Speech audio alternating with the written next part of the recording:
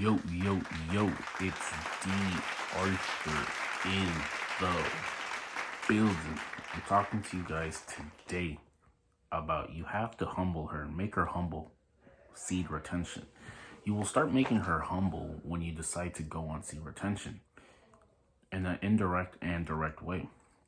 Because the thing is, like, when you decide to go on seed retention, you go for a little bit longer days, you start realizing that you just start realizing just how people react to you. What you start realizing is that just you might be a little bit sought after in just general. You're just becoming a man who is just very attractive to people in general, to women in general, or men in general. You're just an attractive person. When you're just walking, you get choosing signals everywhere you go. People are always doing some sort of thing. They're trying to get close to you.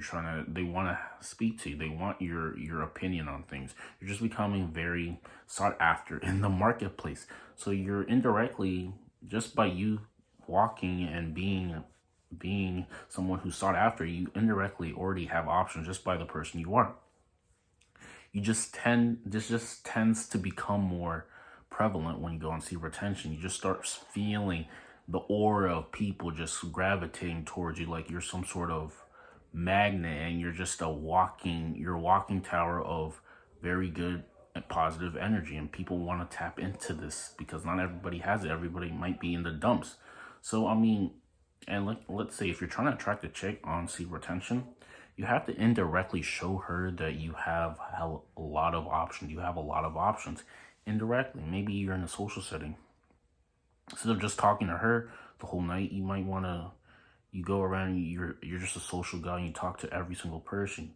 You might even talk to someone who's maybe a little bit more attractive. You just might talk to them a little bit longer, and somehow she sees this, and now she sees you as someone who's higher value because you're a social person. You're someone who talks to a lot of people. You're social. You're not just waiting for her. You're not just waiting for her one time. You're making her humble.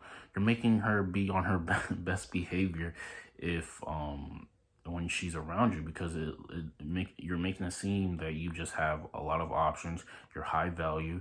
You have something going on. You're on seed retention. You're becoming the best. You're just becoming someone who's an attractive person to be around with. You have things going on for you. And indirectly, what you're doing is making her you might even want to make her a little bit jealous. This should only work if it's someone you tend to really like.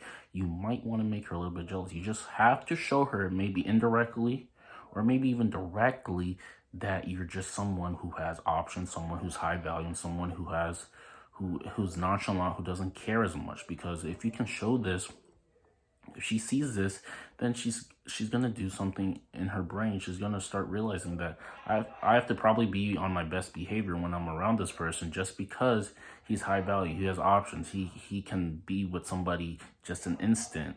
I shouldn't be playing around that much. This is the type of value that you have to start emitting when you go on seed retention. This is what you can start really doing. Because the thing is, today's day and age, especially when it comes to social media and everything, women just have the power. They just have too much. Like, they have all of the power. So I mean, what you have to do is take your power back. You have to get it to the point where you're choosing them instead of them lucky to be with you. Because there was even this interview of this lady who was talking about she wanted someone who was like in the top 1%. She couldn't be with a regular average Joe person who would just work 9 to 5. There was an interview about this. And then this made me start realizing that there is just a lot of, maybe it might even be entitlement. There might be just a lot of entitlement. The best thing for you to do is just become high value. I mean, we can complain about all of these things, but at some point you really just have to stop them complaining and just level up, get 1% better every day. And once you start leveling up, you can start being the chooser instead of being chosen. Because, like, there's this metaphor where women choose the person the winners at the end of the race. But once you get to the end of the race, you start being the person who chooses. You start having a lot of options. You start being the one who is telling is making them wait for you so they can speak to you. This is the type of power that you can exhibit when you go and see retention, just because you're becoming so confident in yourself. You're just literally glistening in this life, and people are attracted to you. You can make her humble. This is the power that you can start exhibiting. Also, like I said, and one way of doing this is by displaying high value indirectly and showing her you have a lot of options. Showing her you have a lot of options. Also, when you do start to spend time with her, make sure that the time you do spend with her is good enough that she has goosebumps, that she really wants to be with you. You have to make it.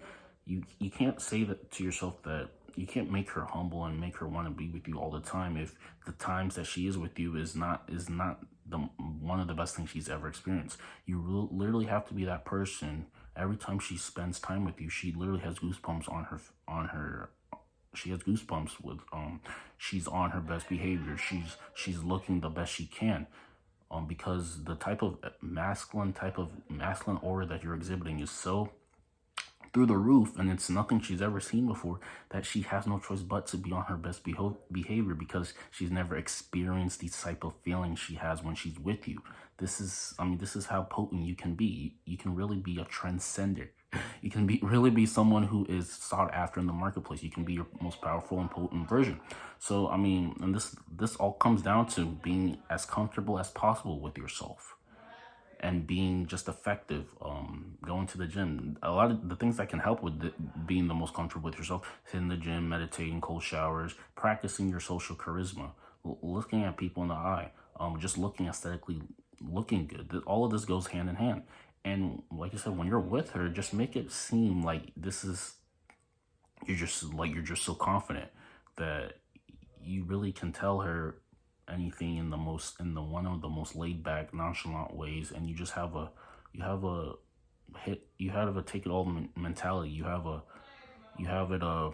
just don't care as much as the next person, and your confidence is through the roof basically.